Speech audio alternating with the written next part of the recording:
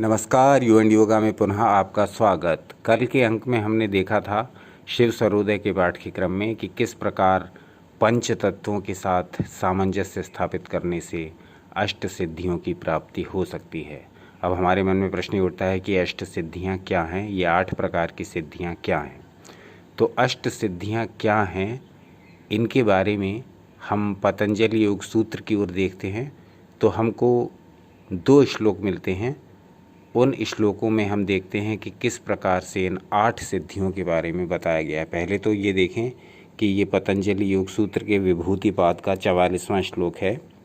स्थूल स्वरूप सूक्ष्मान्वयार्थवत्व संयमाद भूत जयः, अर्थात पांचों भूतों के स्थूल स्वरूप सूक्ष्म अन्वय और अर्थत्व में संयम करने से भूतों का जय होता है। भूतों का जय होता है अर्थात पंचभूतों का, यानी कि पंच तत्वों पर विजय प्राप्त करने के पश्चात ही आपको आगे बढ़ना है। अष्ट सिद्धि क्या होती हैं, ये इस श्लोक से ही आपको स्पष्ट हो जाएगा। 5 तत्वों पर जब तक विजय प्राप्त नहीं की जाएगी तब तक अष्ट सिद्धियाँ प्राप्त नहीं हो सकती। अष्ट सिद्धियाँ जब ही प्राप्त होती हैं जब इन 5 तत्वों पर विजय पा ली जाती है। कहा गया इस श्लोक में 44वें श्लोक में, जो कि पतंजलि योग सूत्र के विभूतिपाद से लिया गया है, पांचों भूतों के स्थूल स्वरूप सूक्ष्म अन्वय और अर्थत्व में संयम करने से भूतों का जय होता है। अब इनमें संयम कैसे किया जाता है, इसकी पूरी प्रक्रिया है। इस प्रक्रिया को हम अगले वीडियो में बताएंगे। ये किस प्रकार से संभव है कि इन 5 भूतों पर जय प्राप्त की जा सके। लंबे अभ्यास के पश्चात ही यह संभव हो सकता है, ये कुछ दिनों का कार्य नहीं है। इसमें अपने जीवन को बहुत परिवर्तित करना होता है। अगला श्लोक देखते हैं जो कि सीधा सीधा अष्ट सिद्धियों के बारे में है। श्लोक संख्या है 45। इसी पतंजलि योग सूत्र के विभूतिपाद का 45वां श्लोक है। ततोड़िमादि प्रादुर्भावः काय संपत् धर्मान विघातश्च, अर्थात उस भूत जय से जो पिछले श्लोक में बताए आए हैं, उन 5 तत्वों, उन 5 भूतों पर विजय करने से, उनके साथ सामंजस्य स्थापित करने से क्या होता है। अणिमा आदि 8 सिद्धियों का प्रादुर्भाव और काय संपत्ति होती है और उन 5 भूतों के धर्मों से रुकावट नहीं होती। अर्थात ये जो पंच तत्व अपना अपना कार्य करते रहते हैं, ये आपके कार्य में विघ्न नहीं डाल सकते, बल्कि ये आपके सहयोगी बन जाते हैं। इन अष्ट सिद्धियों का सबसे बड़ा महत्व ये है कि ये 5 तत्व आपके सहयोगी बन जाते हैं और आपकी इच्छानुसार आपके कार्य संपादित होने लगते हैं। वो इस प्रकार हैं, ये 8 सिद्धियाँ इस प्रकार हैं जिनको अष्ट सिद्धि के नाम से हम लोग जानते हैं।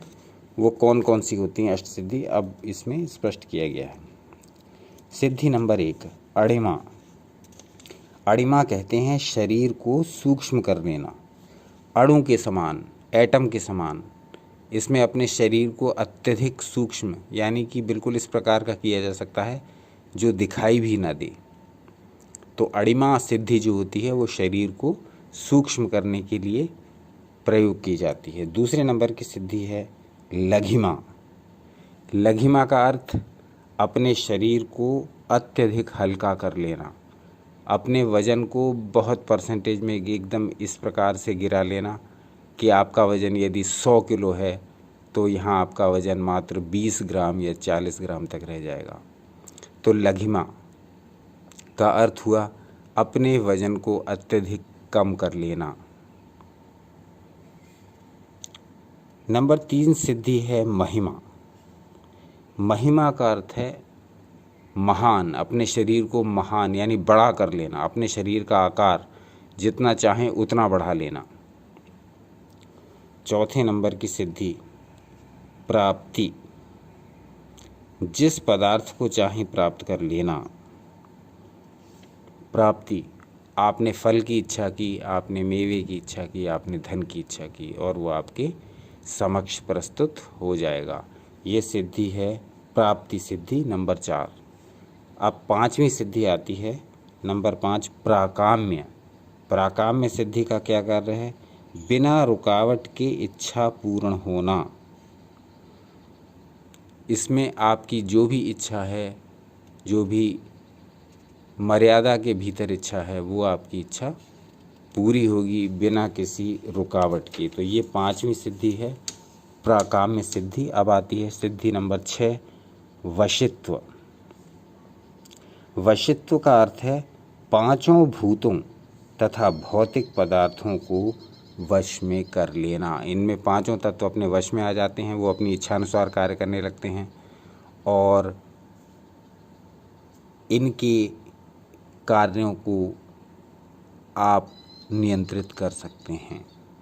ये वशित्व में आ जाता है सिद्धि नंबर 6। सिद्धि नंबर 7 आती है ईशित्रत्व। ईशित्रत्व सिद्धि में क्या होता है? भूत और भौतिक पदार्थों के उत्पत्ति विनाश का सामर्थ्य आ जाता है। यानी आप किसी पदार्थ को उत्पन्न भी कर सकते हैं, किसी भी भौतिक पदार्थ को, जो भी हमें संसार में पदार्थ दिखाई देते हैं, आप उनमें से किसी भी पदार्थ को तुरंत उत्पन्न कर सकते हैं और उसको तुरंत नष्ट भी कर सकते हैं। उत्पादन की और नष्ट दोनों करने की सामर्थ्य आती है इस सिद्धि से, जिसका नाम है ईशित्रत्व। 8वीं सिद्धि, अष्ट सिद्धि की अंतिम सिद्धि है यत्र कामावसायित्व। यत्र कामावसायित्व, ये 8वीं सिद्धि है अष्ट सिद्धियों में से अंतिम नंबर की। और इस सिद्धि का जो कार्य है वो है प्रत्येक संकल्प का पूरा हो जाना। अर्थात योगी जैसा संकल्प करता है उसके अनुसार ही पंचभूत उसकी सहायता करके उसके कार्य को संपन्न करा देते हैं। ये पंच तत्व उसके सहायक बन जाते हैं, उसके कार्यों के संपादन करने वाले बन जाते हैं, उसके कार्यों को पूर्ण करवाने वाले बन जाते हैं।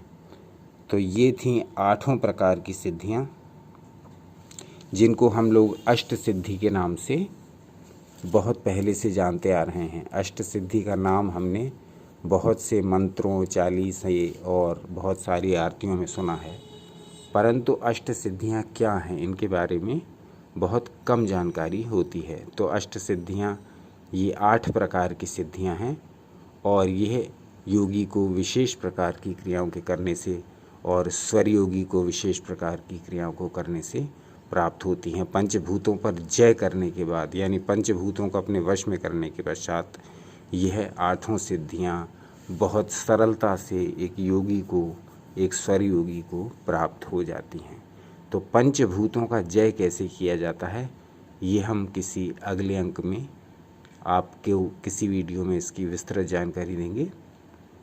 तो आज अपना समय देने के लिए, आज का अंक यहीं तक, अपना अनमोल समय हमको देने के लिए बहुत बहुत धन्यवाद।